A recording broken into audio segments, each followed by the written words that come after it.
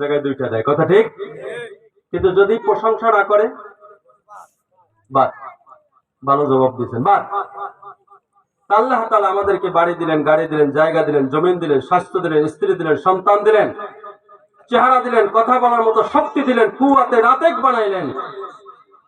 মান ক্বালা লা ইলাহা ইল্লাল্লাহ দাখালাল জান্নাহ, যে ব্যক্তি ক্লাসের সাথে কালিমা পড়ছে তার জন্য জান্নাতের মালিকানা হয়ে গেছে, বলেন সুবহানাল্লাহ। কই ঘটনা কি কাকা, আপনি আবার বয়ান চালাইলেন কা? জি, হ্যাঁ, মোবাইলে বয়ান বাজতেছিল আর কি। আচ্ছা, বুঝছেন তো আপনারা? এজন্য ভাই, শুকরিয়া আদায় করতে হবে কার? আল্লাহ। রব্বুল আলামিন বলছে, বান্দা আমার শুকরিয়া আদায় করবা, তোমাকে আমি নিয়ামত আরো বাড়ায় দেব। এজন্য আমরা ছায়াকে মহব্বত করি, কিন্তু গাছকে মহব্বত করি না। কিন্তু গাছ যদি না হয়তো ছায়া আসতো কোথার থেকে? ভালো করে বোঝার চেষ্টা করবেন। আপনি যে আমার প্রতি রহম দিল হইয়া আমাকে 500 টাকা দান করছেন, একটা পাঞ্জাবির কাপড় দান করছেন, এক সেট কিতাব কিনে দিয়েছেন, আমাকে, আমি দেখতেছি আপনি দান করছেন, ঠিক? কিন্তু যদি আল্লাহ পাক আপনার অন্তরটা আমার জন্য নরম না করে দিত, তাহলে আপনি আমাকে দান করতেন? তাহলে বোঝা গেল আমাকে সাইকোলজিক্যাল ভাবে, ইন্টারনাল ভাবে কে আমাকে দান করছে? আল্লাহ। আমরা অনেক সময় ছায়াকে মহব্বত করি, কিন্তু গাছকে মহব্বত করি না। গাছকে এবার বলেন, গাছ হলেন আল্লাহ, ব্যক্তি হলো ছায়া। তাই ব্যক্তির প্রশংসা করে না। এজন্য আল্লাহ পাক রব্বুল আলামিন শিখাইতেছে, আলহামদুলিল্লাহি রাব্বিল আলামিন। একটি আয়াতের অর্থ, তরজমা, তাফসীর, শানে নজুল, ব্যাখ্যা যদি করতে যাই 2 ঘন্টা লেগে যাবে। আমার আল্লাহ বলছে, বহুমাত্রিক জগতের মালিক হলেন আমাদের আল্লাহ। অর্থাৎ আসমান একটা জগৎ, জমিন একটা জগৎ, সমুদ্রের নিচে একটা জগৎ, জান্নাতের ভিতরে একটা জগৎ, বলেন আল্লাহু আকবার। তাই আমার আল্লাহ বলেন, বান্দা তুই যে ডাক্তার হয়েছিস, ইঞ্জিনিয়ার হয়েছিস, দার্শনিক হয়েছিস, এফআরসিএস করেছিস, পিএইচডি করেছিস, ইন্টার্নি করেছ, মুফতি হয়েছ, মুহাদ্দিস হয়েছ, আলেম হয়েছ, ধনী হয়েছ, বলে আমি আল্লাহ হইলাম দাতা, তোরা সবাই হলো গর্হিতা। অর্থাৎ ওই যে জাকাতের লঙ্গি পায়া বারবার প্রশংসা করার কারণে তার জাকাতের মাত্রা আরো বেড়ে যায়, কথা ঠিক কিনা বলেন? তাই আল্লাহ বলেন, তোমার কোনো অবদান নাই, আমি আল্লাহ হইলাম দাতা, তোমরা হইলা সবাই গর্হিতা। তাই সর্বক্ষেত্রে শুকরিয়া আদায় করব কার? এই জন্য আবার চিৎকার মেরবেন, আলহামদুলিল্লাহ। এই জন্য আমি আপনাদের সামনে এই আয়াতের টুকরাটা তিলাওয়াত করেছি। এই বিষয় ক্লিয়ার? আচ্ছা, এবার আমি আপনাদের সামনে একটু দুরূদ শরীফ পড়েছি। সাধারণত সবাই দুরূদ ইব্রাহিম বেশি পড়ে, ঠিক না?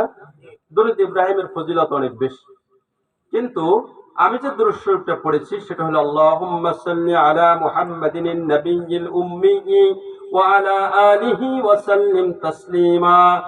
আমার নবী বলেন, কোন ব্যক্তি জুমার দিনে আসরের পরে এক জায়গায় বসে যদি 80 বার এই দুরূদ শরীফ পড়ে, আল্লাহ তার 80 বছরের গুনাহকে মাফ করে দিবেন। সুবহানাল্লাহ। কেমন লাগলো আপনাদের কাছে বলেন? ভালো লাগছে না? আবার আপনারা যে সুবহানাল্লাহ বলছেন, মানুষ যেই জিনিসের লাভ জানে, মানুষ ওই জিনিস করার জন্য আগ্রহী বেশি।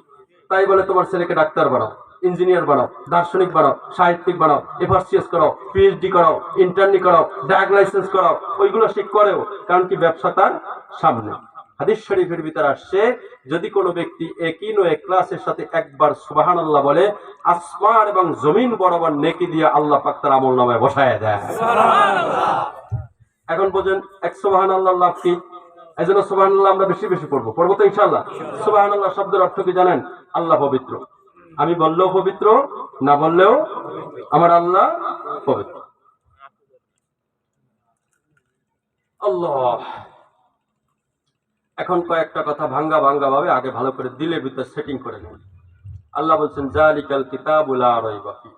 আল্লাহ বলছে, কোরআনের ভিতরে কোনো ভুল নাই, কোনো সন্দেহ নাই, সন্দেহের কোনো অবকাশ নাই। মাথা থেকে ঝেড়ে ফেলছেন তো? কোনো ভুল নাই, কোনো সন্দেহ নাই, সন্দেহের কোনো অবকাশও নাই। এবার আরেকটা কথা সারা জীবন স্মৃতিপটে ধরে রাখবেন। আমরা যখন আলেমরা কথা বলি, তখন মানুষের ভিতর 3টা শ্রেণী তৈরি হয়। কয়টা বলেন?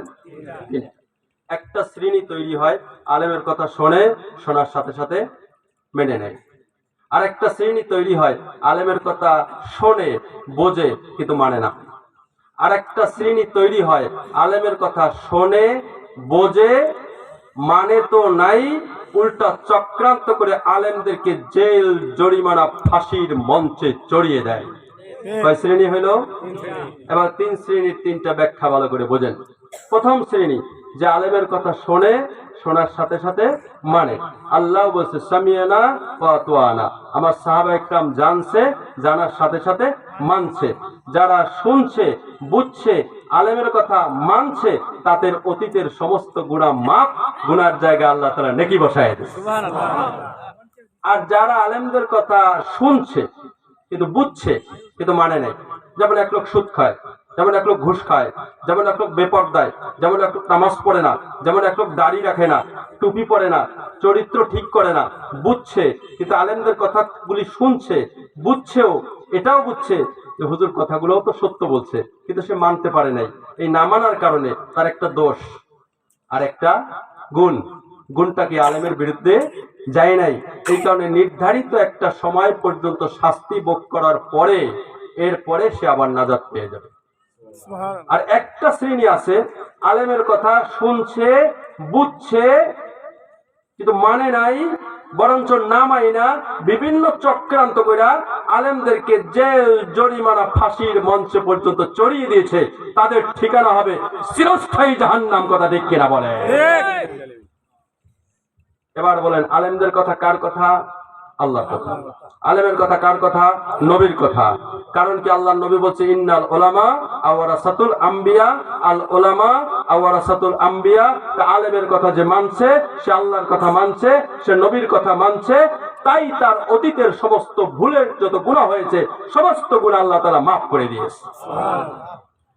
আল্লাহ রাব্বুল আলামিন বলেন যালিকাল কিতাবু লা রাইবা ফীহি হুদাল লিল মুত্তাকিন الذين يؤمنون بالغيب ويقيمون الصلاة ومما رزقناهم ينفقون والذين يؤمنون بما أنزل إليك وما أنزل من قبلك وبالآخرة هم يوقنون أولئك على هدى من ربهم وأولئك هم المفلحون আগে সবাই বলেন সুবহানাল্লাহ। আল্লাহ রাব্বুল আলামিন বলেন এই কোরআনের ভিতরে কোনো ভুল নাই, কোনো সন্দেহ নাই, সন্দেহের কোনো অবকাশ নাই। এরপর আল্লাহ রাব্বুল আলামিন বলেন হুদাল লিল মুত্তাকিন, আমি মুত্তাকিদের হেদায়েতের জন্য কোরআন নাজিল করেছি। আর মুত্তাকিদের 1 নাম্বার গুণ হলো তারা গায়েবের উপর বিশ্বাস স্থাপন করবে, অর্থাৎ না দেখা জিনিসের উপর বিশ্বাস স্থাপন করবে। অর্থাৎ না দেখা জিনিসের উপর বিশ্বাস স্থাপন করার নাম হলো ঈমান। আর ঈমানি কালিমা হলো লা ইলাহা ইল্লাল্লাহু মুহাম্মাদুর রাসূলুল্লাহ। আল্লাহর নবী বলেছেন যে ব্যক্তি একই ইখলাসের সাথে একবার কালিমা পাঠ করবে, আল্লাহ রাব্বুল আলামিন তার পিছনের জিন্দেগীর সমস্ত গুনাহকে আল্লাহ তাআলা maaf করে দিবে। জোরে বলুন সুবহানাল্লাহ। এখন প্রশ্ন হলো গায়েবের উপর বিশ্বাস স্থাপন করতে হবে। আমরা তো কোনোদিন আল্লাহকে দেখি নাই, আমরা নবীকে দেখি নাই, আমরা ফেরেশতা দেখি নাই, আমরা জান্নাত দেখি নাই, জাহান্নাম দেখি নাই, কিন্তু তারপরেও বিশ্বাস করতে হবে। ঠিক কিনা বলেন?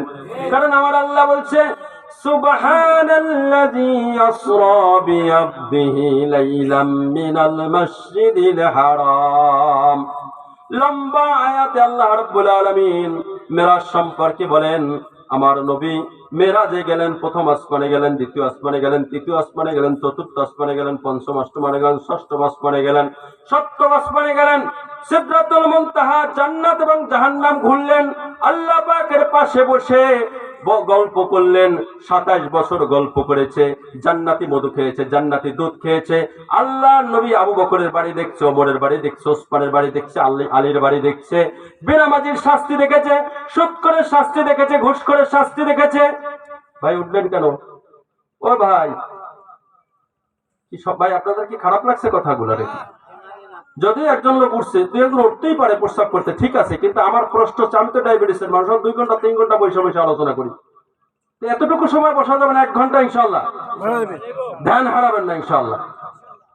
তো যে কথা বলতেছিলাম, নবী আমার জান্নাত দেখলো, জাহান্নাম দেখলো, আবু বকরের বাড়ি দেখলো, ওমরের বাড়ি দেখলো, ওসমানের বাড়ি দেখলো, আলীর বাড়ি দেখলো, তালহা জুবাইরের বাড়ি দেখলো, জান্নাতীদের শাস্তি দেখলো, জান্নাতীদের নিয়ামত দেখলো, জাহান্নামীদের শাস্তি দেখলো, জেনাকারের কি শাস্তি, সুদখোরের কি শাস্তি, সব শাস্তি এবং সমস্ত নাজ নিয়ামতের খবর আল্লাহর নবী আয়েশা জমিনের উপর যারা দিয়ে দিল, নবী মুহাম্মদ সাল্লাল্লাহু আলাইহি সাল্লামের উপর পূর্ণ আস্থা থাকার কারণে তাহার কথাকে নির্দ্বিধায় মেনে নেওয়ার নাম হলো ঈমান। সুবহানাল্লাহ।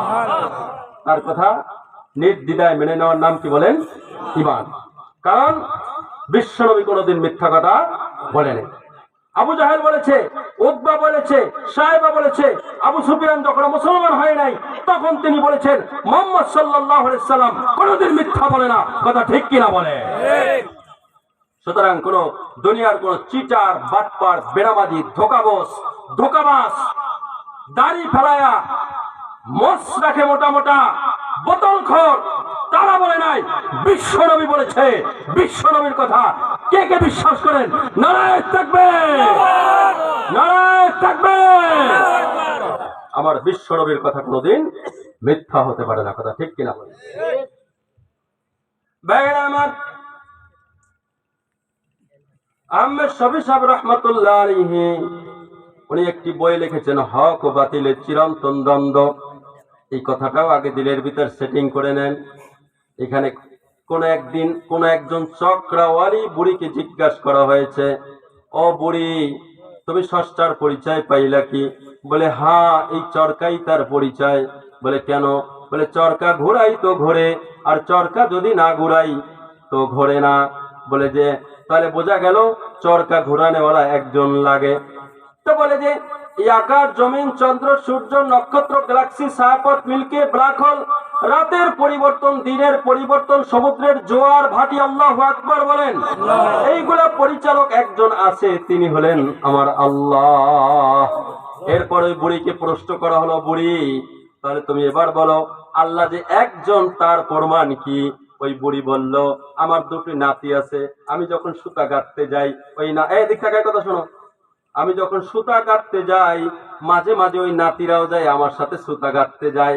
যেই সুতা গাঁথাগাঁথি নাতিরাও শুরু করে দেয় তখন সমস্ত কাজটা প্যাঁচ লাগিয়ে যায়। কিন্তু আল্লাহ যে একজন তার প্রমাণ হলো চন্দ্র, সূর্য, নক্ষত্র, গ্যালাক্সি। এরকম আল্লাহ সূরা ইয়াসিনের ভিতরে বলছে, চন্দ্র পেতে পারে না সূর্যের নাগাল, সূর্য পেতে পারে না চন্দ্রের নাগাল, অর্থাৎ নিজ নিজ কক্ষপথ থেকে চলতেছে। বলেন সুবহানাল্লাহ।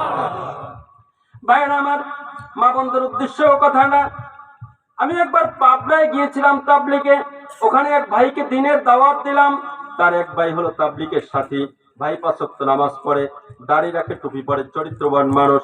বলে যে হুজুর, আমাদের তাবলিগের ভাষায় বলে আমির সাহেব, বলে আমির সাহেব, আমার ভাইটা নামাজ পড়ে না, রোজা রাখে না, দাড়ি রাখে না, টুপি পরে না, আপনি একটু দাওয়াত দেন।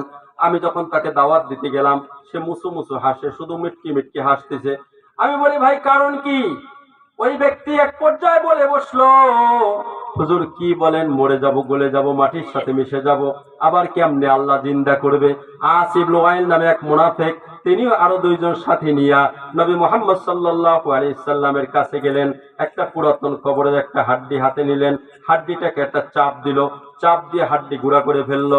গুঁড়া করার পরে ফু দিল, ফু দিয়া বাতাসের সাথে উড়াইয়া দিয়া জিজ্ঞাসা করলো, মুহাম্মদ তুমি বলো তোমার আল্লাহ কি এই মানুষটাকে আবার একত্রিত করতে পারবে কি পারবেন না? আমার আল্লাহ বলেন, আফাআইনা বিল খালকিল আউয়াল, আল্লাহ পাক বলেন, এ বান্দা, আমি তোদের প্রথমবার সৃষ্টি করে তুই কি ভাবছিস নাকি আমি ক্লান্ত হয়ে গেছি, দ্বিতীয়বার সৃষ্টি করতে পারবো না? আবার আল্লাহ বলে, মানুষ তুই একবার চিন্তা কর, তোকে সৃষ্টি করা কঠিন নাকি আকাশ সৃষ্টি করা কঠিন? আবার আল্লাহ বলেন, বান্দা তুই একবার চিন্তা করে দেখ, তোকে ওই নাপাক এক ফোঁটা পানির থেকে যদি আমি আল্লাহ সৃষ্টি করতে পারি, আবার কি তোকে আমি সৃষ্টি করতে পারবো না? চরমনার মরহুম পীর সাহেব এই ব্যাপারে এই আয়াতের হাদিসের একটা উদাহরণ দিয়েছিল, একটা বোঝানোর জন্য একটা কথা। উনি বললেন যে মানুষ জমিনের ভিতরে ধান ফেলায়, ধান দেখবেন জমিনের ভিতর পচে গলে মাটির সাথে মিশে যায়, ঠিক কিনা বলেন? কিন্তু কিছুদিন পরে আবার দেখবেন মোটা ধান থেকে মোটা ধান, চিকন ধান থেকে চিকন ধান, খয়ের ধান থেকে খয়ের ধান, মুড়ির ধান থেকে মুড়ির ধান যদি আল্লাহ পাক আবার জাগাইতে পারে, তা আপনাকে আমাকে পচাইয়া গলাইয়া মাটির সাথে মিশাইয়া আবার আব্দুর রহিম থেকে আব্দুর রহিম, আব্দুল সত্তার থেকে আব্দুল সত্তার, আব্দুল সুবহান থেকে আব্দুল সুবহান, রহিমা থেকে রহিমা বানাইতে পারবে কি পারবে না? তাহলে একটা বিশ্বাস আসলো। তার মানে এই বিশ্বাসগুলি যদি আমাদের না থাকে, তাহলে আমরা কোশ্চিন কালেও ঈমান আনতে পারবো না, পরকালের চিন্তা চেতনা আমাদের ভিতরে আসবো না। তারিখের কিতাবের ভিতরে একটি ঘটনা লেখা হয়েছে। সেখানে এক ব্যক্তি তার হায়াতে অনেক গুনাহ হয়ে গেছে, ছেলেদেরকে ডেকে বলল, আমার সন্তানেরা শোনো, আল্লাহর দরবারে আমাকে দাঁড়াতে হবে, কারণ আমি জানি ইন্নী জানান্তু আন্নী মুলাকিন হিসাবিয়া, আল্লাহর দরবারে দাঁড়াতে হবে, আমার জীবনের সমস্ত হিসাব নিকাশ তার কাছে দিতে হবে। কিন্তু হায়াতে এত গুনাহ হয়ে গেছে, আমার আল্লাহর দরবারে দাঁড়াইতে বড় ভয় হয়। তোমরা একটা কাজ করবা, মৃত্যুর পরে আমার লাশটাকে পোড়াইয়া ছাই বানাইয়া সমুদ্রে মিশাইয়া দেবা, বাতাসে উড়াইয়া দেবা, যাতে করে আমাকে পরকালে আল্লাহর সামনে দাঁড়াইতে না হয়। আমার আল্লাহ এই ছাইকে একত্রিত করতে পারবে কি পারবে না? আল্লাহ পাক রব্বুল আলামিন রূহের জগতে তার এই ছাইকে একত্রিত করলো, একত্রিত করে তাকে সামনে দাঁড়া করার পরে আমার আল্লাহ জিজ্ঞাসা করলে, এই সিদ্ধান্ত কেন নিয়েছো? ওই ব্যক্তি বলল, গো আল্লাহ, শুধু আপনার সামনে দাঁড়ায়া জীবনের হিসাব দিতে পারবো না, এই ভয়ের কারণেই এটা করছি। আল্লাহ পাক বলেন, তুই আমাকে ভয়ের জন্য যদি এইটা করে থাকো, যা আমি আল্লাহ তোর জিন্দেগির গুনাহ মাফ করে তোকে জান্নাতের মেহমান বানায় দিলাম। ভাইরা আমার, তো বলতেছিলাম, আমার আগের বক্তা মা বোনদের সম্পর্কে কথা বলে গেছে, পর্দা সম্পর্কে কথা বলেছে। উনি এই আয়াত তেলাওয়াত করতেছিল, অকরনা ফি বুয়ুতিকুন্না ওয়ালা তাবাররাজনা তাবাররুজাল জাহিলিয়াতিল উলা। আল্লাহ পাক বলেন, ও মুসলিম নারীরা, তোমরা জাহিলি যুগের মতো এরকম বেপর্দা হয়ে ঘরের ভিতর থেকে বের হয়ো না। যদি বের হতেই চাও, তোমরা ঘরের যে পরিবেশ, ওই পরিবেশে বাইরে নিয়ে বের হও। বলেন সুবহানাল্লাহ।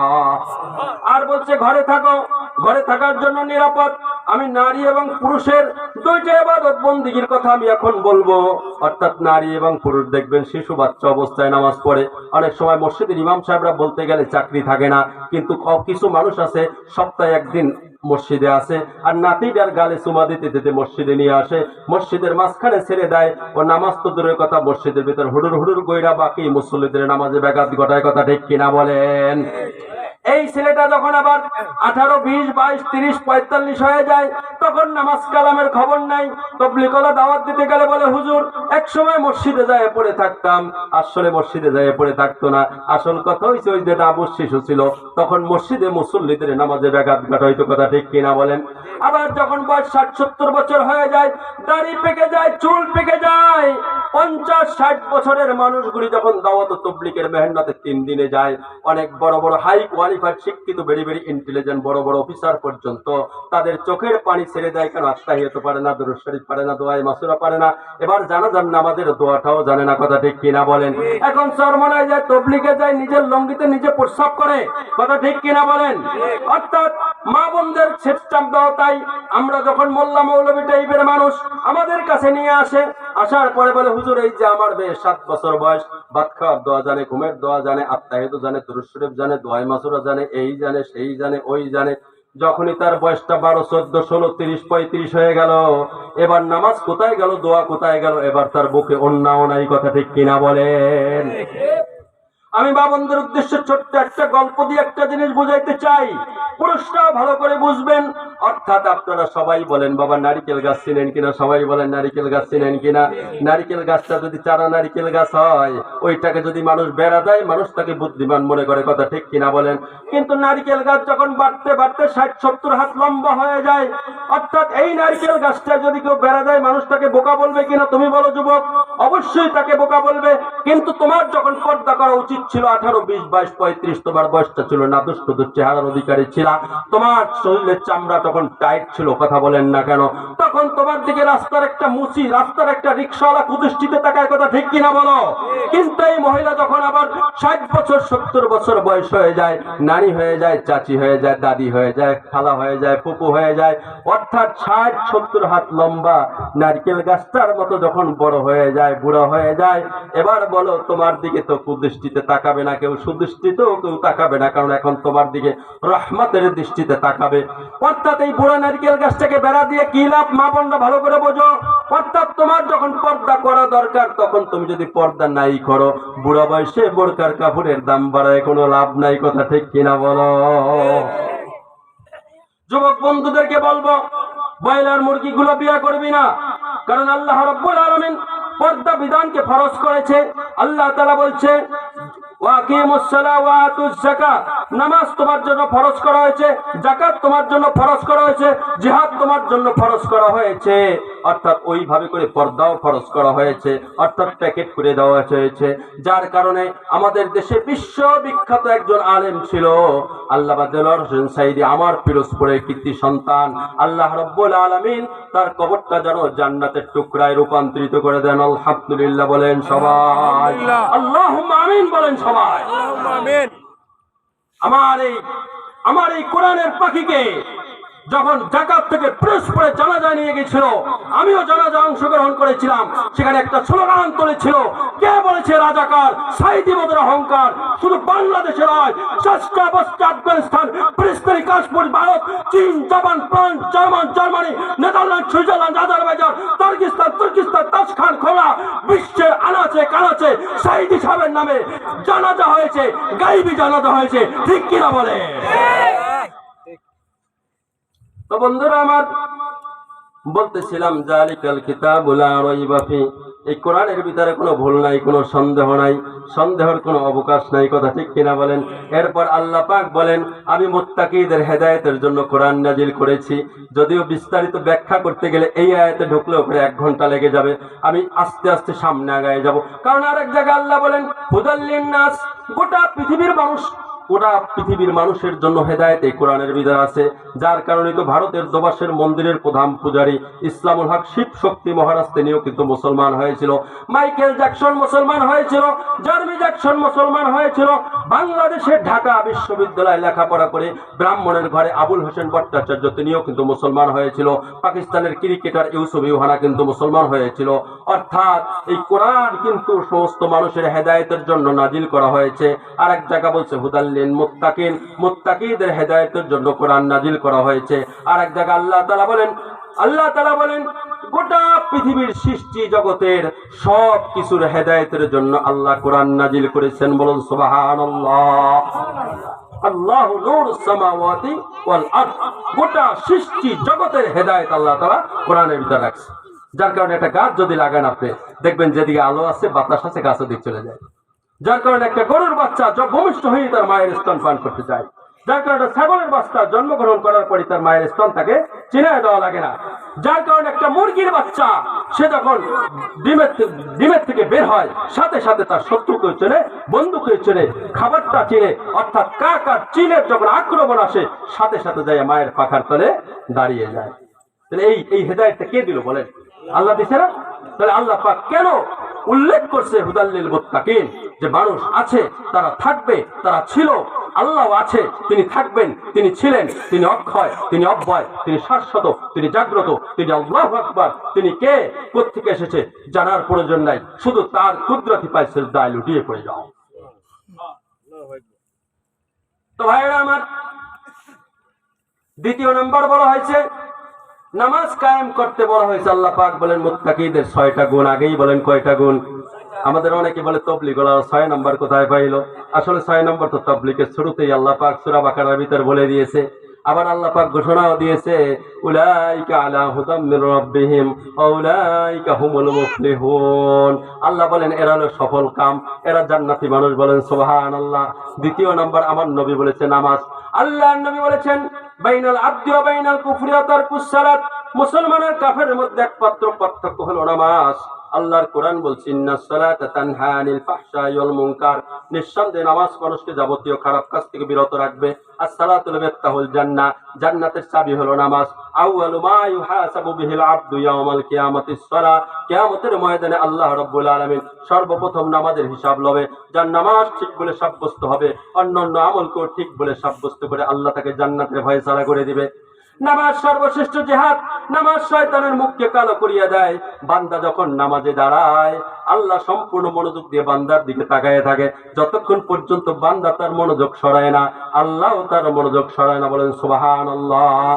হাদিস শরীফের ভিতরে আসছে, আল্লাহর নবীকে প্রশ্ন করা হয়েছে, বান্দা কখন আল্লাহর নিকটবর্তী হয়ে যায়? আল্লাহর নবী বললেন, বান্দা যখন সিজদা দেয়, বান্দা আর আল্লাহর মাঝে কোনো ব্যবধান থাকে না। কত সুসংবাদ! আর আজকে আমরা নামাজ পড়ি বলে আমরা তাবলীগের ভিতরে জানতে পাই নামাজ ভঙ্গের 19টা কারণ। নামাজের ভিতরে অশুদ্ধ করা, কোনো ব্যক্তিকে সালাম দেওয়া, উফ আহ শব্দ করা, আমলে কাসির করা, বিনা ওজরে কাশা, দুনিয়াবি কোনো কিছু প্রার্থনা করা, খাওয়া বা পান করা, এটা আমার মুখস্থ করানোর উদ্দেশ্য না। এখানে একটা বিষয় উদ্দেশ্য, আমলে কাসির করা। অনেক মানুষ আমলে কাসির কোনটাকে বলে? আমলে কাসির ওই জিনিসকে বলা হয় লোকটা নামাজের ভিতরে আছে কি নাই তাই বোঝা যায় না। অর্থাৎ দেখবেন অনেকে নামাজ পড়ে, ফ্যান কয়টা চলে, লাইট কয়টা আছে না, ঘড়িতে কয়টা বাজে, এদিক সেদিক তাকায়। আমার গ্রামে এক চাচা আছে, যেহেতু নাম নেব না, এই জন্য গীবত হবে না, আপনারা বুঝতে সুবিধা হবে। উনি নামাজে দাঁড়ায়, আমাদের মোটা পাতার ওগলা বলি আমরা, অর্থাৎ যখন কেউ কোনো ব্যক্তি ভিতরে ঢোকে একটা আওয়াজ লাগে একজন আসছে, উনি নামাজরত অবস্থায় আবার দেই খেলায় কে আসছে। এরকম বুঝে আপনাদের দেশে নাই? নাই। আল্লাহ রাসূল বলেছে, নামাজের ভিতরে এদিক সেদিক যারা তাকায় তারা মুনাফিক। যারা নামাজের ভিতরে তার চক্ষুকে যথাস্থানে রাখতে পারবে না, সে বাইরেও তার চক্ষু যথাস্থানে রাখতে পারবে না। যার এক ওয়াক্ত নামাজ ছুটে গেল, যুবক ভালো করে শোনো, আল্লাহর নবী বলেছে, যার এক ওয়াক্ত নামাজ ছুটে গেল, তার নাম তার জাহান্নামের গেটের উপর লেখা হয়ে গেল, আর অবশ্যই তাকে জাহান্নামে প্রবেশ করতেই হবে। হাদিস শরীফের ভিতরে আসছে, যার এক ওয়াক্ত নামাজ ছুটে গেল, তার যেন বাড়ি গাড়ি টাকা পয়সা মাল দৌলত স্ত্রী সন্তান পরিবার পরিজন সবকিছু ধ্বংস হয়ে গেল। কি মনে করছেন? নামাজকে পাগলামি মনে করছেন নাকি? কিয়ামতের ময়দানে আল্লাহ রাব্বুল আলামিন সমস্ত মানুষকে সিজদায় চলে যেতে বলবে, রুকুতে চলে যাও। দুনিয়াতে যারা নামাজ পড়ে না, মাজা ভাঁজ করতে পারবে না, লাঞ্ছিত আর অপমানিত অবস্থায় ফেরেশতারা, আল্লাহর পুলিশ ফেরেশতারা ধরে তোকে জাহান্নামের ভিতরে নিক্ষেপ করে দেবে। ফেরেশতা কারা জানেন? আল্লাহর পুলিশ। বলেন না কারা? আমানতু বিল্লাহি ওয়া মালাইকাতিহি। এক নম্বর আল্লাহর শক্তি, দ্বিতীয় নম্বরে কার শক্তি বলেন? ফেরেশতার শক্তি। কেমন শক্তি? কওমে আদ, কওমে সাবা, কওমে লূত, কওমে সামুদ, এই সমস্ত জাতিকে আল্লাহ তাআলা ধ্বংস করেছে এইভাবে। একটা চিৎকার মেরেছে একটা ফেরেশতা, সবগুলি কলিজা ফেলে মারা গেছে। ফেরেশতার এই পরিমাণ ক্ষমতা।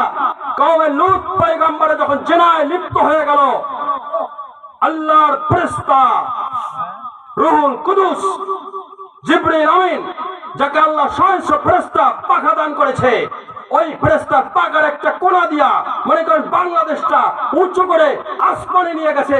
এই বাংলাদেশে মুরগি বসবাস করে, লূত পয়গম্বরের ওই কওমের লোকে মুরগি বসবাস করে, ওই মুরগি আসমানে ডাক দিয়েছে, আসমানে ফেরেশতারা শুনেছে, ওখান থেকে ভুট করে আল্লাহ ফেলে দিয়েছে। চিৎকার দিবেন আল্লাহু আকবার।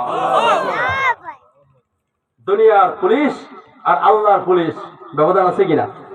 আল্লাহর পুলিশের ঘুষ দিতে পারবেন? ঘুষ দিতে পারবেন। তাই আমার আল্লাহ পাক বলেন, যালিকাল কিতাবু লা রাইবা ফীহি হুদাল লিল মুত্তাকিন আল্লাযীনা ইউমিনুনা বিল গায়বি ওয়া ইউকিমুনাস সালাত। এই যে নামাজ কায়েম করতে বলছে, এই নামাজ পড়বেন তো ইনশাআল্লাহ? কে কে পড়াতেন তো এরা দেখি তো ইনশাআল্লাহ।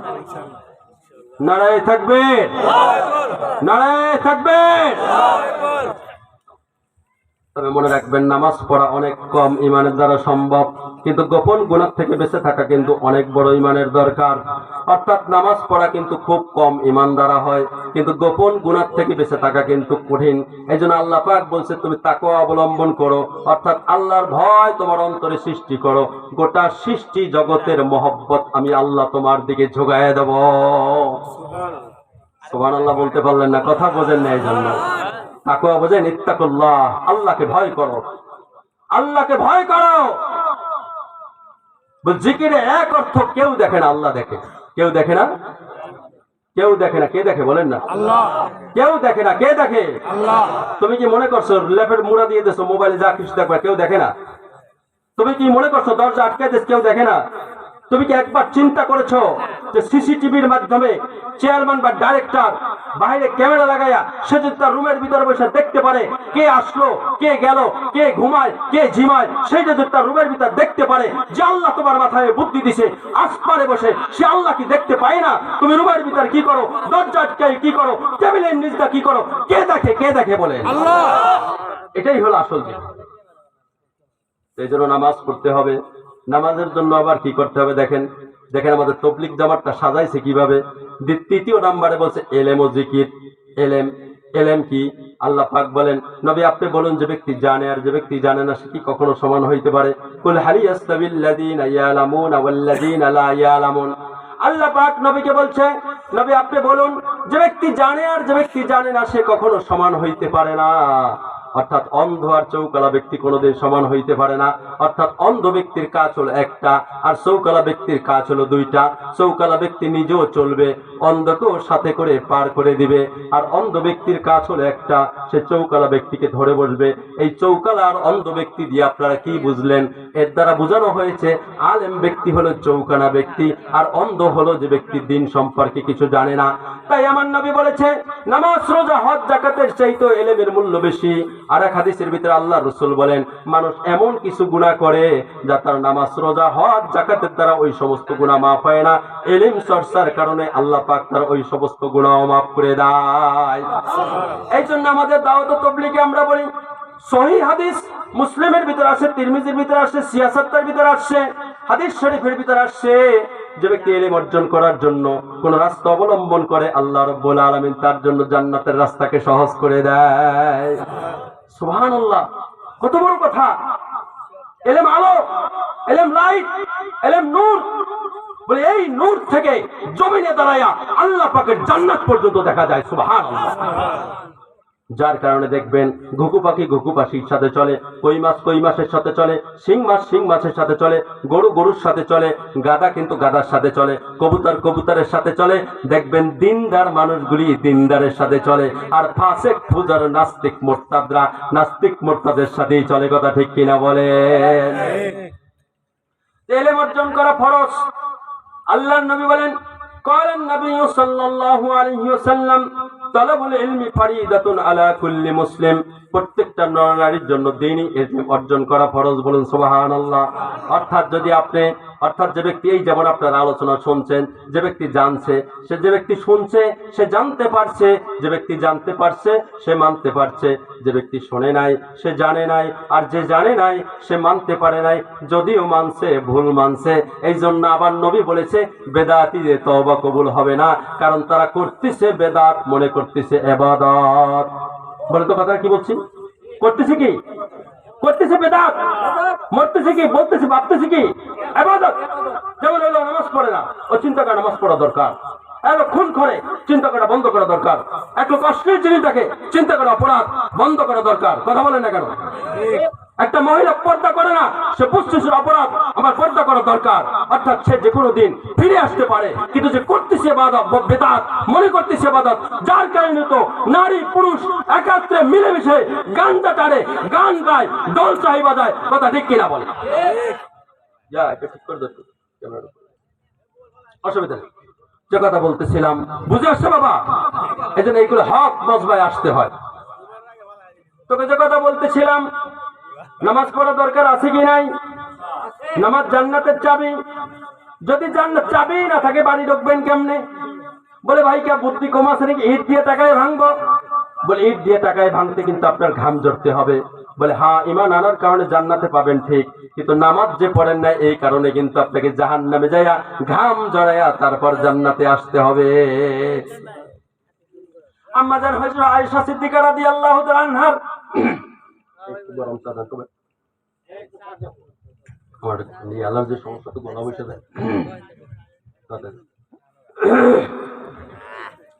আম্মাজান হযরত আয়েশা সিদ্দিকা রাদিয়াল্লাহু তাআলা আনহার একটা স্বপ্নের ঘটনা আপনাদের শোনাই।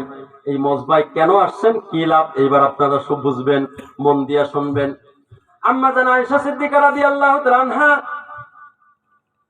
রাসূল করিম সাল্লাল্লাহু আলাইহি সাল্লামের স্ত্রী আমাদের আম্মা জান, অর্থাৎ আম্মা জান, অনেক আম্মা জান ছিলেন। আল্লাহ রসুল এসার পরই আম্মা জানদের ঘরে যাইতেন। একবার আয়েশা রাদিয়াল্লাহু তাআলা আনহা তিনি খানা বেড়ে রাসূল করিম সাল্লাল্লাহু আলাইহি সাল্লামের জন্য অপেক্ষা করতেছেন। এমন সময় রসুল আসতে একটু দেরি। হযরত আম্মা জান আয়েশা সিদ্দিকা রাদিয়াল্লাহু তাআলা আনহা তিনি একটু ওয়ালের সাথে ঠেক দিয়ে একটু ঘুমায় পড়লেন। হঠাৎ করে ঘুমের ভিতরে একটা স্বপ্ন দেখলেন যে আল্লাহর নবী এক জায়গায় বয়ান করতেছে, সাহাবা একরাম শুনতেছে, গোটা আকাশটা পরিষ্কার, যেখানে আল্লাহর নবী বয়ান করতেছে ওইখানে বৃষ্টি হচ্ছে, মুষলধারে বৃষ্টি হচ্ছে। বৃষ্টির যখন মাত্রা বেড়ে যায়, অর্থাৎ বয়ানের জোর যখন বেড়ে যায়, বৃষ্টির মাত্রাও তখন বেড়ে যায়। এমত অবস্থা আয়েশা সিদ্দিকা রাদিয়াল্লাহু তাআলা আনহা তিনি চিন্তা করলেন যে আমি যত স্বপ্ন দেখেছি কোনোদিন আমার স্বপ্ন মিথ্যা হয় নাই, আজকেও আমার স্বপ্নটা মিথ্যা হবে না। ধ্যান লড়ে যাচ্ছে ভাই, একটু সাল্লাল্লাহু দুরূদ শরীফ পড়েন। আল্লাহুম্মা সাল্লি আলা মুহাম্মাদ ওয়া আলা আলি মুহাম্মাদ।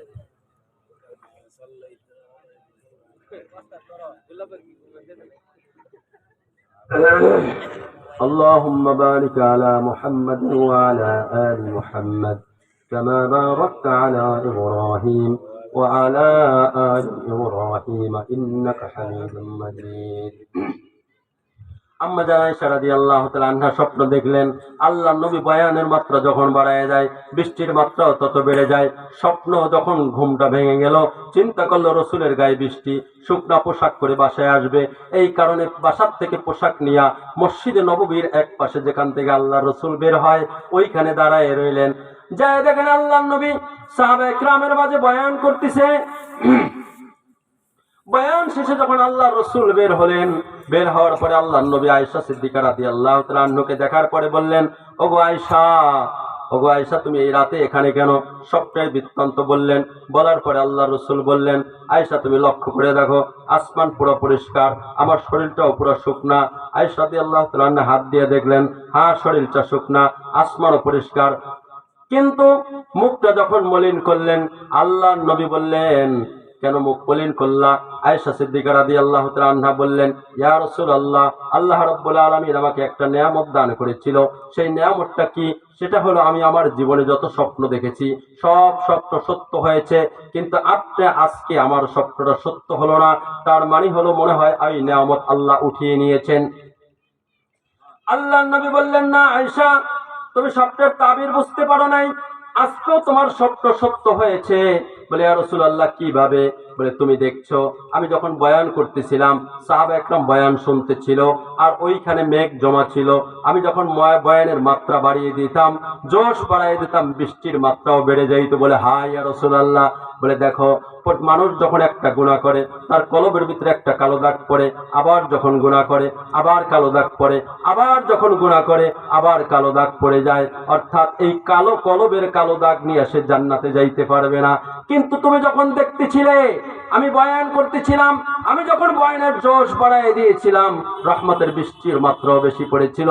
তার মানে হলো যে তুমি যে মেঘ দেখেছিলে ওইটা রহমতের ফেরেশতা ছিল, ফেরেশতাদের রহমতের, অর্থাৎ ওইটা ফেরেশতাদের জামাত ছিল। আর ওখান থেকে আমি যখন বয়ান করতেছিলাম ওই যে জোশ বেড়ে যাওয়ার সাথে সাথে বৃষ্টির মাত্রাও বেড়ে যাচ্ছিল। তার মানে হলো রুহানি তাদের কলবের উপরে রুহের বৃষ্টি পড়ে তাদের কলব সাফ করে তাদেরকে জান্নাতের উপযুক্ত করে দেওয়া হয়েছে। বলুন সুবহানাল্লাহ। কাকা দুইবার আমার ক্যামেরায় বুড়াই পরে আমার বয়ানি গেছে হারায়, দুইবারই পড়ছে কাকা। যাক, আল্লাহ যেটা চায় সেটাই হয়, ঠিক কিনা ভাই? বান্দা যেটা চায় সেটা হয় না, মনে রাখবেন এই কথাটা আজকে থেকে। আল্লাহ যা চায় তাই হয়, মনে থাকবে তো? বান্দার চেষ্টার দ্বারা কিছুই হয় না, আল্লাহ যা চায় তাই। তো ভাইয়েরা আমার, আমরা দাওয়াত তাবলীগের ভিতরে 1 নম্বর বলি ঈমান, ঈমান ছাড়া কোনো আমল তো গ্রহণযোগ্য নয়। 2 নম্বর হলো নামাজ, ইসলামের শ্রেষ্ঠ ইবাদত হলো নামাজ। 3 নম্বর নামাজ পড়ার জন্য নামাজ সুন্দর করতে হবে, কথা বলেন না কেন? অর্থাৎ ডাক্তারি বিদ্যা অর্জন করে ডাক্তার হওয়া যায়, ইঞ্জিনিয়ারিং বিদ্যা অর্জন করে তারপর ইঞ্জিনিয়ারিং করা যায়, ড্রাইভারিং বিদ্যা ছাড়া কোনোদিন ড্রাইভারি করা যায় না, কথা ঠিক কিনা বলেন? আল্লাহর নবী বলেন নামাজ আসমানে উঠতে থাকে, আবার বলতে থাকে আল্লাহ এই ব্যক্তি যেভাবে আমাকে হেফাজত করছে তুমি তাকে সেইভাবে হেফাজত করো। নামাজ বলতে থাকে আল্লাহ আমাকে যেভাবে ধ্বংস করছে তুমি তাকে সেইভাবে ধ্বংস করো। আল্লাহর নবী এক হাদিসের ভিতরে বলেন ওই ব্যক্তি সবচেয়ে বড় চোর যে নামাজের ভিতর চুরি করে। সাহাবায়ে কেরাম বললেন ইয়া রাসূলুল্লাহ নামাজের ভিতর আবার কিভাবে চুরি করে? আল্লাহর নবী বললেন নামাজের ভিতর যারা রুকু সিজদা সঠিকভাবে আদায় করে না তারা হলো সবচেয়ে বড় চোর। এজন্য আমি বলতেছিলাম নামাজ ভঙ্গের 19টা কারণ, তার ভিতরে একটা কারণ বলছিলাম আমলে কাসির করা। আমলে কাসির ওই জিনিসকে বোঝানো হয় অর্থাৎ লোকটা নামাজে আছে কি নাই তা বোঝা যায় না, এটাকে আমলে কাসির বলা হয়। অথচ আমার নবী বলেছেন দুই সিজদার মাঝখানে সোজা হয়ে বসা ওয়াজিব এবং রুকু থেকে দাঁড়ায় সোজা হয়ে দাঁড়ানো ওয়াজিব। ওয়াজিব যদি কোনো ব্যক্তি তরক করে তার নামাজ হবে না, সিজদা না দিলে তার নামাজ হবে না। অথচ দুই সিজদার মাঝখানে দোয়া আছে আল্লাহুম্মা গফিরলি ওয়ারহামনি ওয়াহদিনি ওয়ারজুকনি ওয়াআফিনি। আমি 1.5 ঘন্টা চাইছিলাম কিন্তু 1 ঘন্টা সময় দিয়েছে, দ্রুত বলতেছি, কিছু কথা দিলের ভিতর ছিল অনেক, যার কারণে কথাটা দ্রুত বলতেছি। মানে আমি 1.5 ঘন্টা রিল্যাক্সে হইলে আমি একটু কথাটা সাজায় নিতে পারতাম। যাই হোক, তো আল্লাহ পাকের নবী বলেন দুই সিজদার মাঝখানে দোয়া আছে এবং রুকু থেকে দাঁড়ায় দোয়া আছে রব্বানা লাকাল হামদ হামদান কাসীরান তাইয়িবান মুবারাকান ফি। একজন সাহাবী দোয়াটা পড়ছে, আল্লাহর নবী বললেন আমি নবী না, আমি নবী তুমি নবী না, আমি যা দেখতে পাই তুমি তা দেখতে পাও না। তার আগে প্রশ্ন করেছে আল্লাহর নবী যে নামাজের ভিতর অতিরিক্ত কথাগুলি কে বলেছো? ওই সাহাবী ভয়ে ভয়ে বললেন ইয়া রাসূলুল্লাহ আমি বলেছি। আল্লাহর নবী বললেন আমি নবী তুমি নবী না, আমি যা দেখতে পাই তুমি তা দেখতে পাও না। তুমি যখন এই দোয়াটা পড়তেছিলে আল্লাহর রহমতের ফেরেশতারা প্রতিযোগিতা করতেছিল কে কত বেশি নেকি তোমার আমল নামায় বসায় দেব। বলুন সুবহানাল্লাহ। আমরা দোয়াটা পড়ি আর না পড়ি, বাবা আপনাদের পায়ে হাত দিয়ে পড়ে গেলাম, অন্তত মুরব্বীদের আপনাদের পায়ে হাত দিয়ে বলে গেলাম দুই সিজদার মাঝখানে সোজা হয়ে বসবেন তো ইনশাআল্লাহ? একটু দেখান তো কে কে বসবেন দুই সিজদার মাঝখানে সোজা হয়ে? বসবেন তো ইনশাআল্লাহ? আর ডিজিটালে নামাজ পড়বেন না তো? বোঝেন না? ডিজিটাল নামাজ বোঝেন তো? 1 মিনিটে 4 জায়গা হয়ে যায়। কথা কন না কি বলেন? দেখেন না ডিজিটাল নামাজ পড়ে এই নামাজ তোর মুখের উপর মেরে দেওয়া হবে, এই নামাজ তোর জন্য দলিল হবে না, এই নামাজ তোর জন্য নূর হবে না, এই নামাজ তোর জন্য নাজাতের কারণ হবে না, এই নামাজ তোকে আর অভিশাপ দেব। কথা ঠিক কিনা বলে? অথচ নামাজ হাদিস শরীফের ভিতরে আসছে যে 5 ওয়াক্ত নামাজ পড়বে তাকে আল্লাহ পাক রিজিকের অভাব দূর করে দেবে, তার আমলনামা ডান হাতে দেবে, কবরের আযাবকে মাফ করে দেবে, পুত্রক বিদ্যুৎ গতিতে পার করে দেবে, বিনা হিসাবে আল্লাহ তাকে জান্নাত দান করে দেবে। আর সেই নামাজ পাগলামি শুরু করছে নামাজ নিয়ে। তো এটা কথা বলতেছিলাম, এই জন্য এলেম দরকার আছে কিনা বলেন? এলেমের নাম হলো জানা, মানার নাম হলো জিকির। সবাই বলেন জানার নাম কি এলেম, মানার নাম কি বলেন জিকির। যখনই আমরা জানবো তখনই আমাদের জন্য মানা দরকার আছে কি নাই? যখনই জানবো তখনই মানবো। এই জন্য আল্লাহ রাব্বুল আলামিন আল্লাহর নবী হাদিসের ভিতরে বলছে যে ব্যক্তি ডেইলি 100 বার লা ইলাহা ইল্লাল্লাহ পড়বে কাল কিয়ামতের ময়দানে তার চেহারাকে আল্লাহ পাক পূর্ণিমার চন্দ্রের ন্যায় উজ্জ্বল করে উঠাবে। যে ব্যক্তি বলবে সুবহানাল্লাহি ওয়া বিহামদিহি 100 বার সমুদ্রের ফেনা পরিমাণ গুনাহ হলো আল্লাহ পাক তার গুনাহকে maaf করে দিবে। যে ব্যক্তি ফরজ নামাজের পরে আয়াতুল কুরসিটা তেলাওয়াত করবে সাথে সাথে 33 বার সুবহানাল্লাহ, 33 বার আলহামদুলিল্লাহ, 33 বার আল্লাহু আকবার, আর একবার পুরা করবে লা ইলাহা ইল্লাল্লাহু ওয়াহদাহু লা শারীকা লাহু লাহুল মুলকু ওয়া লাহুল হামদু ওয়া হুয়া আলা কুল্লি শাইইন কাদির। যদি কোনো ব্যক্তি পড়ে সমুদ্রের ফেনা পরিমাণ গুনাহ হইলো আল্লাহ পাক তার গুনাহকে maaf করে দিবে। আজকের ইমাম সাহেবকে দেখলাম, এই মসজিদের সমস্ত ইমামদেরকে আমি বলতেছি যেহেতু আলেম হয়ে আলেমের সমালোচনা করা যায়, গঠনতান্ত্রিক সমালোচনা করা যায়। আমরাই বয়ান করলাম ফরজ নামাজের পরে আয়াতুল কুরসি যদি তেলাওয়াত করে মৃত্যুই তার জন্য বাধা, মৃত্যুর পরে সে জান্নাতে চলে যাবে। একটু আগে আপনাদেরকে বললাম সমুদ্রের ফেনা পরিমাণ গুনাহ হইলেও গুনাহ maaf হয়ে যাবে, কিন্তু নামাজের সালাম ফিরে গসাত করে একখান মোনাজাত দিয়ে দেয়, এই আমলগুলি করার সুযোগ নিজেও করে না, শ্রোতাদেরকেও করতে দেয় না। কথা ঠিক কিনা বলেন? তাই কেন বলেন? যেই কথা নিজে আমল করে না সেই কথা উম্মতকে কেন বলেন? আপনি আয়াতুল কুরসি পড়েন, আপনি 33 বার সুবহানাল্লাহ পড়েন, 33 বার আলহামদুলিল্লাহ পড়েন, 34 বার আল্লাহু আকবার পড়েন, অথবা একবার পড়েন লা ইলাহা ইল্লাল্লাহু ওয়াহদাহু লা শারীকা লাহু লাহুল মুলকু ওয়া লাহুল হামদ ওয়া হুয়া আলা কুল্লি শাইইন কাদির পড়েন। উম্মতকেও বাঁচান, নিজেও বাঁচেন। কি ভাই মিথ্যা কথা বললাম নাকি? হ্যাঁ ঠিক। এই জন্য মনে রাখবেন, এটা নিয়ে যথেষ্ট একটা মাসলা রয়েছে। নামাজের পরে মোনাজাত, সম্মিলিত মোনাজাত জায়েজ আছে কি নাই? দোয়া ইবাদতের মূল মগজ ঠিক আছে, কিন্তু সম্মিলিতভাবে মোনাজাত এত জরুরি না। আপনি ইনফিরাদি ভাবে একা একা দোয়া করেন আল্লাহর কাছে, চোখের পানি ফেলায় ফেলায় কাঁদতে থাকেন, সব চান, আল্লাহ ছাড়া কে দেওয়ার আছে? আমার আল্লাহ বলছে ফাকুল তুস্তাগফিরু রাব্বাকুম ইন্নাহু কানা গাফফারা, আমি আল্লাহ সিরিয়াস ক্ষমাশীল। আমার আল্লাহ বলছে ওমাই ইয়াগফিরুজ যুনুবা ইল্লাল্লাহ, আমি আল্লাহ ছাড়া তোর গুনাহ কে মাফ করবে? আমার আল্লাহ বলছে কুল ইয়া ইবাদিয়াল্লাযিনা আসরাফু আলা আনফুসিহিম লা তাকনাতু মির রাহমাতিল্লাহ, আমার দরবার নয়রা শহর দরবার না। আমার নবী বলেছে তোর জমিন থেকে আসমান পরিমাণ যদি গুনাহ হয়ে যায় আর মাথাটা নিচু করে একবার বলবে আল্লাহ তুমি আমার মাফ করে দাও, তোর বলতে দেরি আছে, আল্লাহর মাফ করতে দেরি নাই। সুবহানাল্লাহ। আমাদের দাওয়াত তাবলীগে আমরা তৃতীয় নাম্বার বলি ইলম ও জিকির। এজন্য জিকির করা দরকার আছে কি নাই? জিকির জোরেও করতে পারবেন, আস্তেও করতে পারবেন। আল্লাহ আল্লাহ আল্লাহ। ছোটবেলায় বাবা দাদা নানাদের সাথে জিকির করতাম, তখন তো বুঝতাম না। আল্লাহ আল্লাহ আল্লাহ আল্লাহ আল্লাহ আল্লাহ আল্লাহ আল্লাহ। বাবারে এই জিকিরটা ইসমে আজম। ইসমে আজম পরে যদি কোনো ব্যক্তি কোনো দোয়া করে তার দোয়া কবুল হয়, বলেন সুবহানাল্লাহ। অথচ আমরা এই জিকিরকে আমরা ছেড়ে দিয়েছি।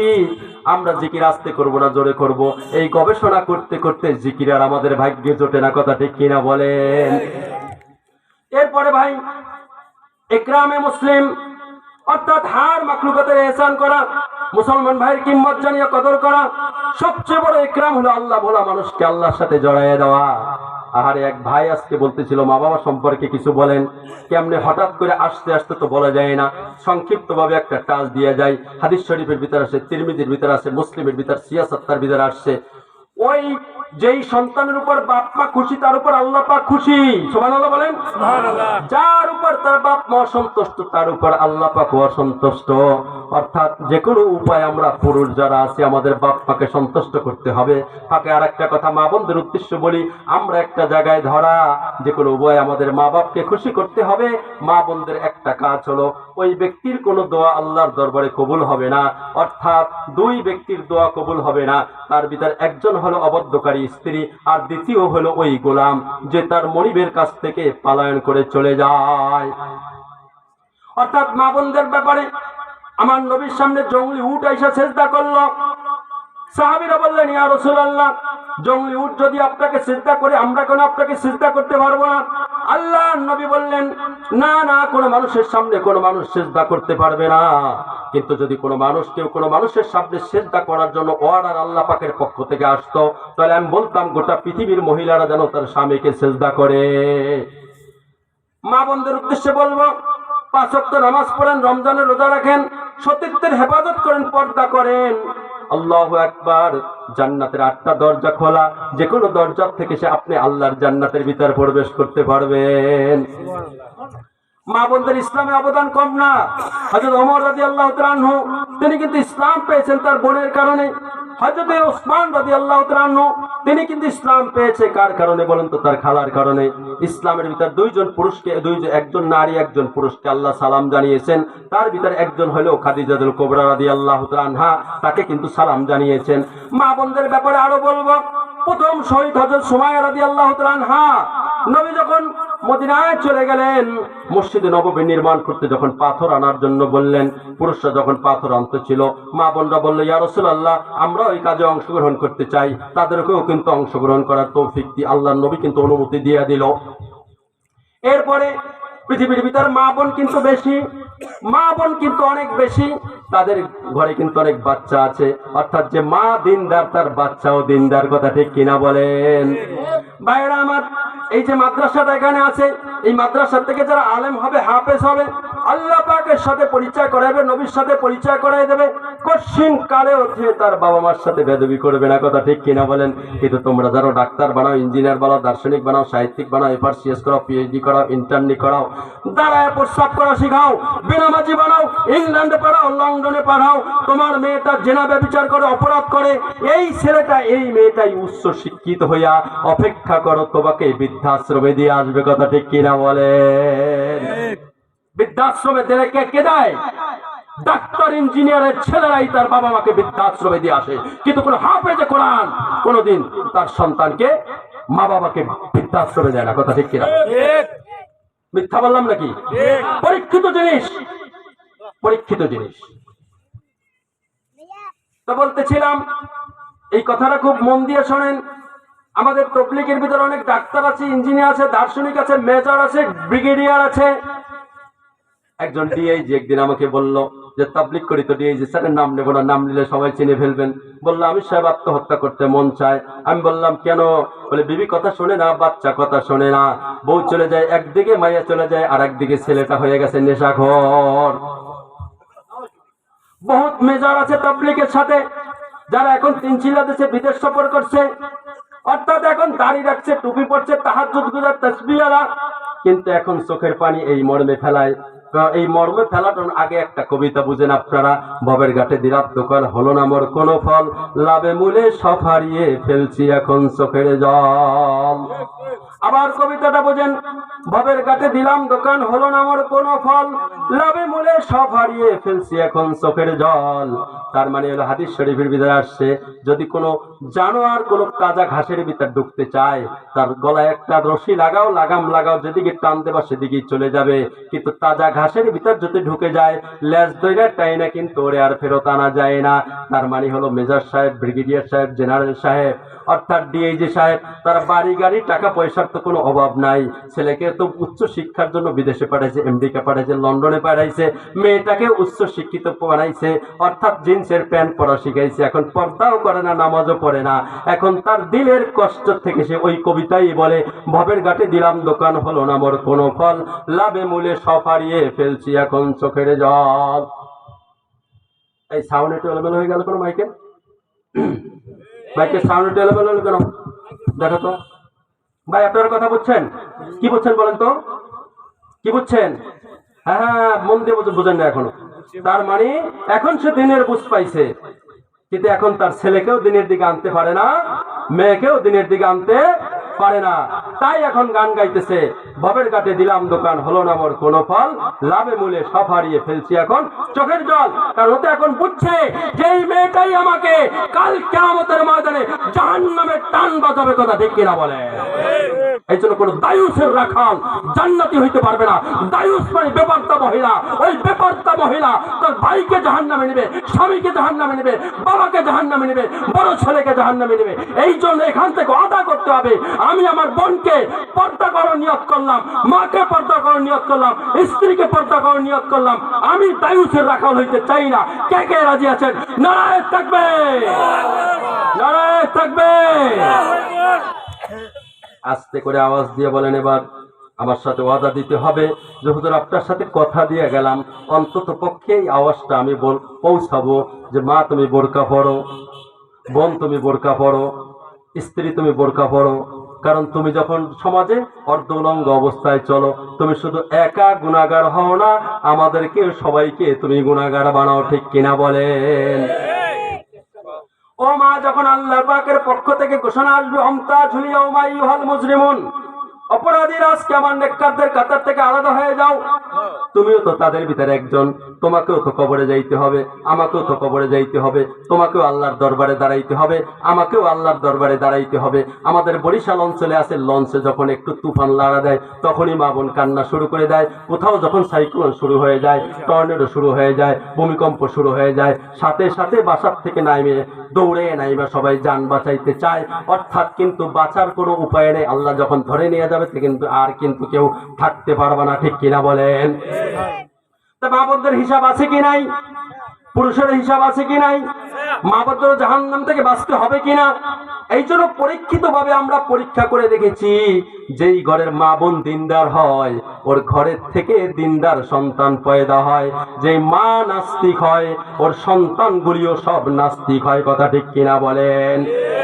এই জন্য সবাই একবার পড়েন লা ইলাহা ইল্লাল্লাহু মুহাম্মাদুর রাসূলুল্লাহ।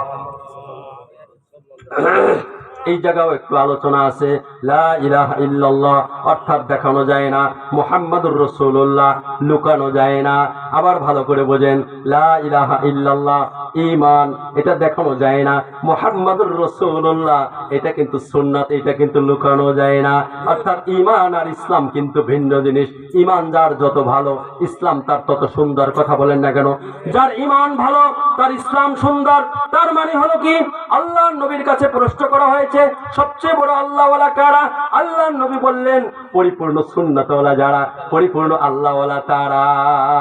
আল্লাহর নবী বললেন পরিপূর্ণ সুন্নাতওয়ালা যারা, পরিপূর্ণ আল্লাহওয়ালা তারা। আল্লাহর নবী বললেন মান আহাব্বা সুন্নতি ফাকাদ আহাব্বানি ওয়া মান আহাব্বানি কানা মাই ফিল জান্নাহ। যে আমার সুন্নাতকে মহব্বত করলো সেজন্য আমাকেই মহব্বত করলো, আর যে আমাকে মহব্বত করলো সে আমার সাথেই জান্নাতের ভিতরে থাকবে। বলেন সুবহানাল্লাহ। অর্থাৎ নবী আমার বলেন আমাকে মানে যারা জান্নাতে যাবে তারা, আমাকে মানে না যারা জান্নাতে যাবে না তারা। আল্লাহর নবীর সাহাবী প্রশ্ন করলেন ইয়া রাসূলুল্লাহ আপনাকে মানে কারা, আপনাকে মানে না কারা? আল্লাহর নবীর সাহাবী বললেন, আল্লাহর নবী বললেন আমার সুন্নাত তরিকায় চলে যারা আমাকে মানে তারা, আমাকে মানে যারা জান্নাতে যাবে তারা, আমার সুন্নাত তরিকায় চলে না যারা আমাকে মানে না তারা, আমাকে মানে না যারা জান্নাতে যাবে না তারা। হাদিসটা কি জটিল না? জটিল না? আবার বলেন তো সবাই, জটিল না? কেন দাঁড়িয়ে রাখতে পারতেছেন না? কেন? বিবির মহব্বতে, বন্ধুর মহব্বতে, চাকরির মহব্বতে? কেন?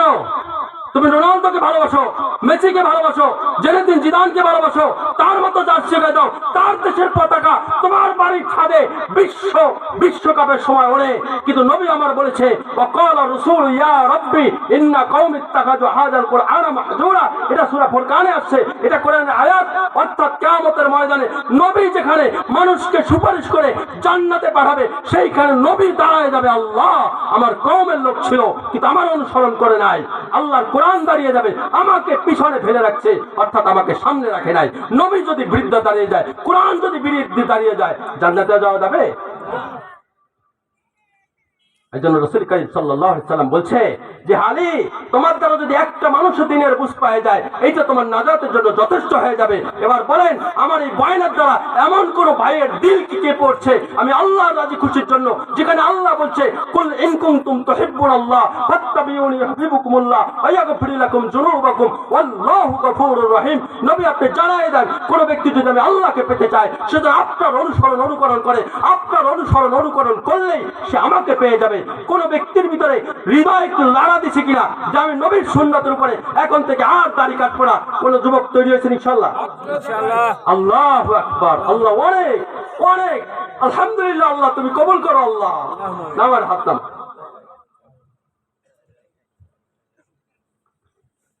আমি আমার বয়ানের ভিতরে কোনো উর্দু শের বলছি, কোন সঙ্গীত বলছি, কোন গান বলছি, সুর দিয়েছি? কেউ একজন আমার বলছে আসার সময় হুজুর সুর দিয়ে, আমরা সুরের বক্তা না, আমরা কথা বোঝার চেষ্টা করেন আগে, আমরা সুরের বক্তা না। আমি আল্লাহ রাজি খুশির জন্য কথা বলবো, এর নামে ক্লাস। আপনি আগামী বছর আমাকে দাওয়াত দিবেন কি দিবেন ওই চিন্তা করি না। ওমা মিন দাব্বাতিন ফিল আরদি ইল্লা আলাল্লাহি রিজকুহা। গোটা পৃথিবীর রিজিকের জিম্মাদারি এমন কোন প্রাণী নাই যার রিজিকের জিম্মাদারি আমার আল্লাহ গ্রহণ করে নাই। বরং আমার নবী বলেছেন, বরং আমার নবী বলেছেন অধিকাংশ মানুষ অন্যের দুনিয়া সাজানোর জন্য সে তার আখিরাতকে নষ্ট করে। তার মানে একটা লোক নামাজ পড়ে না, একটা লোক ওজনে কম দেয়, একটা লোক সুদ খায়, একটা লোক ঘুষ খায়, একটা লোক দেখবেন বেগম পাড়ায় বাড়ি করে অবৈধ সম্পদ লুণ্ঠন কইরা। কিন্তু দেখা যায় আল্লাহর নবী বলেছে অধিকাংশ মানুষ অন্যের দুনিয়া সাজানোর জন্য সে তার আখিরাতকে নষ্ট করে। আমার যে বন্ধুরা আমার নিয়ে আসছেন এখানে আপনাদের উদ্দেশ্যে কথাটা বলি। মনে করেন জোহরের নামাজ চলতেছে, আপনি নামাজ না পড়ে ব্যবসা করতেছেন, কিন্তু বেচা কিনা করলে 200 টাকা লাভ হবে। কিন্তু 200 টাকার ভাগিদার কে হলো? আপনার স্ত্রী হলো, আপনার সন্তান হলো, আপনার আত্মীয় স্বজন হলো। কিন্তু আপনি যে নামাজ পড়লেন না, আপনি আসামি তো কিয়ামতের ময়দানে আপনি নিজেই হয়ে গেলেন। তো আপনাকে দিয়া সবাই আপনারা বুঝতে পারছেন কি পারছেন না? কি বলেন? মন্ত্রী মিনিস্টার খুব বুদ্ধিমান, কি বলেন? সাফা দেন না, সাফা বোঝেন তো? আমার নবী বলেছে যে আমার দাড়ির উপরে পোজ দেয়, সে যেন তাজা কলিজার উপরে পোজ দেয়। নবীর তাজা তাজা কলিজা পোজ দিবেন? এখন থেকে আপনারা পোজ দিবেন, পোজ দিবেন। সফার বাচ্চারা এইটা বুঝছে, বেগম পাড়ায় বাড়ি বানাইলে পরবর্তী ঠিকানা সেইটা হবে, কিন্তু এইটা বোঝে নাই যেখানে আল্লাহ তাআলা সূরা আল হাক্কার ভিতরে আল্লাহ তাআলা বলছে কুলু ওয়াশরাবু হানিয়াম বিমা আসলাফতুম ফিল আইয়ামিল খালিয়া। আল্লাহ বলছে খাও পান করো তৃপ্তি সহকারে সেই আমলের বিনিময় যা তোমরা দুনিয়াতে বসে আগে পাঠাইছো। বুঝছেন আয়াত? আল্লাহ বলবেন জান্নাতীদেরকে বলবেন তোমরা খাও পান করো তৃপ্তি সহকারে সেই আমলের বিনিময় যা তোমরা দুনিয়াতে বসে আগে পাঠায় দিস। ভালো করে বুঝেন, তোমরা ভালো করে বোঝো বন্ধুরা। বউবাজারে গেছি, বউবাজারের লোকের আমার দাওয়াত দিয়েছে, ওকে বোঝানোর জন্য আপনারা বুঝবেন।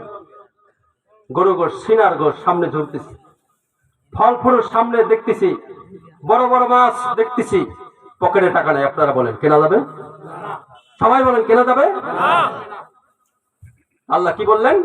খাও পান করো তৃপ্তি সহকারে সেই আমলের বিনিময়ে যা তোমরা দুনিয়াতে বসে আগে পাঠায় দিছো।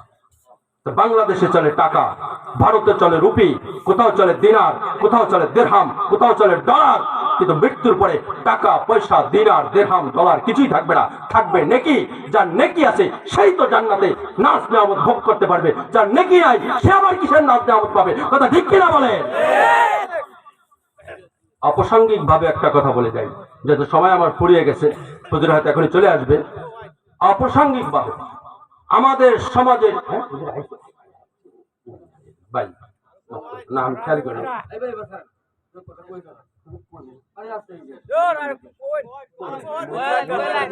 বলেন হুজুর বলেন।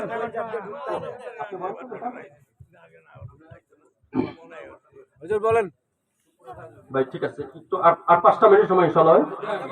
আমি ভাবছি ইয়াহিয়া মাহমুদ সাহেব হুজুর আসছে, কারণ হুজুর আর আমি একই জায়গায় বসবাস করি। হুজুরের সাথে একাধিক জায়গায় আমার প্রোগ্রাম হয়েছে, কিন্তু কাছাকাছি যাই না, বড় সম্মানার্থে। যাই হোক ভাই, যে কথা বলতেছিলাম অপ্রাসঙ্গিক ভাবে ওই কথাটা আমি বলে যাই। সেটা কি? আমাদের সমাজের ধোঁকাবাজেরা একটা কথা বলে, রাজনীতি এক জিনিস, ধর্ম আর এক জিনিস। এটা চালাকি, এটা বাটপারি, এটা ধোঁকাবাজি। ওরা জানে দিনদার মানুষগুলি যদি মসনাদে বসতে পারে, যখন তারা রাষ্ট্রের যে পয়সাগুলি আসবে সঠিকভাবে যদি ব্যয় করে, এই বাংলাদেশ সিঙ্গাপুরের মতো দেশ হবে, এই দেশ স্বর্ণের দেশ হবে, এই দেশ উন্নত হবে। কিন্তু চিটার বাটপার ধোঁকাবাজরা এই স্লোগান কেন চালায়? রাজনীতি এক জিনিস, ধর্ম আর এক জিনিস, যাতে করে ভালো মানুষগুলি সংসদে যেতে বাধা সৃষ্টি হয়। ঠিক কিনা বলেন? এই জন্য আল্লাহ পাক এক জায়গায় বলেন, কি বলেন? আল্লাহ বলেন যে এই কোরআন আমি নাজিল করি, এটা মুমিনের জন্য শিফা, এটা হুদা, এটা শিফা, এটা রোগ মুক্তির কারণ, কিন্তু জালেমদের রোগ আরো বাড়ায় দেয়। তার মানে কি জানেন? এই মজমার ভিতরে যদি ওই জাতীয় কোনো মুনাফিক থাকতো তাহলে মাইক সরাই দিত, কথা বলতে দিত না। কথা ঠিক কিনা বলেন? আমাদের এক বক্তা একবার বলেছিল, ওই যে নর্তকী মমতা ছিল তার বিরুদ্ধে কথা বলেছিল, এক কুলাঙ্গার বলছিল ওই বক্তাকে বান্দির বাচ্চা। বক্তা বান্দির বাচ্চা না, বক্তা আল্লাহর বান্দা, তুই বান্দির বাচ্চা, তোর খবর নাই। কথা ঠিক কিনা বলে? শেষ একটা কথা এখনই ছেড়ে দেবেন চলা কথা। কয় নম্বর পয়েন্টে গেছিলাম? তাবলীগের 1 নম্বর ইমান, 2 নম্বর নামাজ, 3 নম্বর ইলম ও জিকির, 4 নম্বর ইকরামে মুসলিম, 5 নম্বর ইখলাসের নিয়ত। যা কিছু করবো একমাত্র আল্লাহর রাজি খুশির জন্য করবো, তো ইনশাআল্লাহ। আর এই জান কার, মাল কার, সময় কার? আল্লাহ বলছে আমি তোকে যে রিজিক দিয়েছে তার থেকে তুই ব্যয় কর। তার মানে রিজিক কে দিয়েছে? তার মানে আপনি কি মনে করছেন যে বড় শিক্ষিত হলে আপনি ধনী হয়ে যাবেন? না। যদি আমরা এইগুলি জান আর মাল সঠিক ব্যবহার করতে পারি, আমাদের জন্য জান্নাত অপেক্ষা করতেছে, যেই জান্নাতে আমার আল্লাহ আমাদেরকে সাক্ষাৎ দিব। বলেন সুবহানাল্লাহ। এই না, দুনিয়ার কোন নদ্য কোন মন্ত্রী মিনিস্টার যদি বুকে জড়াই নাই, কেমন আনন্দ লাগে কবেটা।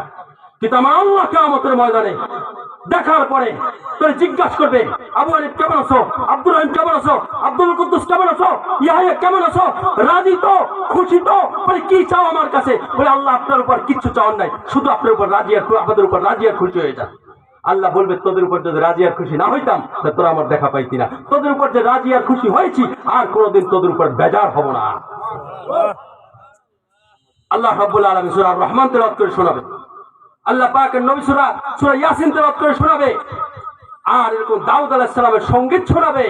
আর এই যে সুবহানাল্লাহ গুলি বলছেন, জান্নাতে যে গাছ হইতেছে এই গাছের পাতা একটার সাথে আরেকটা ঝাং ঝাং করে আওয়াজ হবে জান্নাতের ভিতরে। মধুর নদী দেবে, দুধের নদী দেবে, শরবতের নদী দেবে, ৮০,০০০ খাদেম দান করবে, নদীগুলি আপনার পিছনে পিছনে চলতে থাকবে। দাউদ আলাইহিস সালাম কণ্ঠ দেবে, আল্লাহ পাক মূসা আলাইহিস সালাম শক্তি দিবে, ঈসা আলাইহিস সালামের মতো ৩৩ বছরের জওয়ান বানাবে, আল্লাহ নবীর মতো আকলাকার চরিত্র দিয়ে চিরস্থায়ী জান্নাতের বাসিন্দা বানায় দেবে। সুবহানাল্লাহ। আমার শেষ টপিকস, একটা মুনাফিকের ব্যাপারে স্পষ্ট করে দিতে চাই। এই যে আমাদের শরীফ ওসমান হাদি ভাইকে যে শহীদ করে দিল, কি নাম জানি ওর, ফয়সাল, না কিলার ফয়সাল, আরো অন্য ভাব, তোর জন্য আমি একটা সুসংবাদ দিতে চাই, তোর জন্য আমি একটা সুসংবাদ দিতে চাই। তুই এখন আত্মসমর্পণ কর, ফাঁসির মঞ্চে চড়ে যা, তওবা ইস্তেগফার কর। যদি দুনিয়াতে বৈশা এই শাস্তি তুই নিয়ে নিতে পারিস, তাই আমার আল্লাহ ওয়াসিকে মাফ করেছে, হিন্দাকে মাফ করেছে, ইকরামাকে মাফ করেছে, আবু সুফিয়ান নবীর বিরুদ্ধে অনেকবার দাঁড়িয়েছে, তাকেও মাফ করেছে, তোকে আল্লাহ মাফ করবে। এই সুসংবাদ তোর জন্য দিয়ে গেলাম। আর এই খুনি ফয়সাল ওর বাপটা দেখবেন বুড়া বয়স 56 ঠিক কিনা বলেন? আর একটা কথা বলে চাই, যেইখান থেকে এই বীজ তৈরি হয়েছে সেই বীজগুলির অভিভাবকদেরকে জানিয়ে দিতে চাই, 92% এই মুসলমানের দেশে নাস্তিক বক্তাদের পক্ষ নিয়ে যদি এখনো চলতে চাও, তোদের লাস্ট ঠিকানা, লাস্ট ডেস্টিনেশন আল্লাহর জাহান্নাম হবে, আল্লাহর জাহান্নাম হবে, আল্লাহর জাহান্নাম হবে। আর যদি এখনো তওবা করে আসতে পারিস, আমার আল্লাহ তোদেরকে ক্ষমা করবে। এই দোয়াই তোদের জন্য করে গেলাম। আসসালামু আলাইকুম ওয়া রাহমাতুল্লাহি ওয়া বারাকাতুহু।